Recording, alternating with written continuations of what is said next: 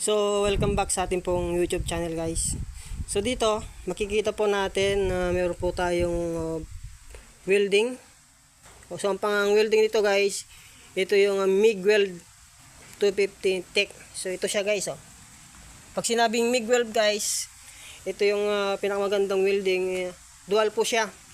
So, pwede po siya sa welding rag. Ito, pwede po siya sa welding rag. At ito naman, pwede rin po siya sa MIG weld. So ito yung kainaman ng welding, ito dual.